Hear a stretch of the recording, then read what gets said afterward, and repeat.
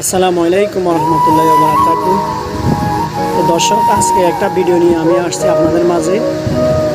তবে আসা উচিত হয় না, তবুও আসছি এই কারণে, আজকে সোশ্যাল মিডিয়াতে ঢুকলে শুধু একটা ভিডিও সামনে চলে আসে। সোশ্যাল মিডিয়াতে ঢুকলে একটা ভিডিও সামনে চলে আসে, সেটা হচ্ছে ঢাকা যে পারভেজ হত্যা।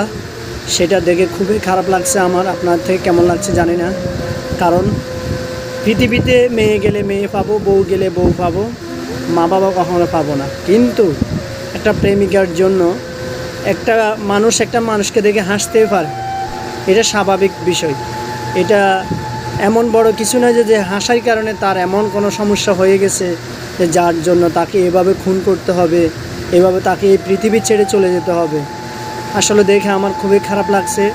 সাধারণ রাস্তা দিয়ে একটা মেয়ে থাকলে সে মেয়েকে দেখে অনেক মানুষে অনেক কিছু ভাবতেই পারে। হয়তো ছেলেটা একটু হাসছে বা একটু হাসি চলে আসছে মনের মধ্যে যে কোনো কিছু দেখে, তো সেই জন্য তাকে তার বয়ফ্রেন্ডে এভাবে এসে ছুরি দিয়ে নির্মমভাবে তাকে এভাবে হত্যা করছে। এটা দেখে খুবই খারাপ লাগছে আমার।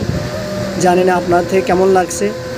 এই পৃথিবীর মানুষগুলো কেন এমন হয় যে তাদের বিবেকে কি একবারও নাড়া দেয় নাই যে আমারও তো মা বাবা আছে, আমারও সব কিছু আছে, পরিবার আছে, ওই ছেলেটারও তো মা বাবা আছে, পরিবার আছে, সব কিছু আছে। আজকে ওই ছেলেটা কোথায়? এই পৃথিবীর মাঝে আর নাই। আমরা পৃথিবী থেকে যে কোনো মানুষের জান নিতে পারবো, কিন্তু দিতে পারবো এটা কি একবার চিন্তা করি? ওই ছেলেটাকে এই পৃথিবীতে আর চাইলেও কি আর ফিরে আসতে পারবে? কখনো পারবে না। কিন্তু ওই মেয়েটা আজকে কোথায়? যে মেয়েগুলোর জন্য একটা ছেলেকে খুন করলো, আজকে সে মেয়েগুলো কোথায়? আর ওই ছেলেটা কোথায়? আর তুমি কোথায়?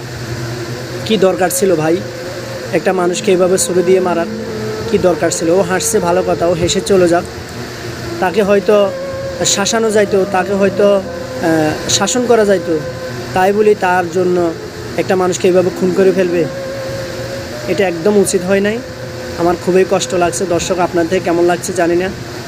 যদি আমার ভিডিও আপনাদের খারাপ মনে হয় কমেন্ট করে জানাবেন। আমার থেকে খারাপ লাগছে বিধে আমি ভিডিওটা করলাম। ধন্যবাদ সকলকে।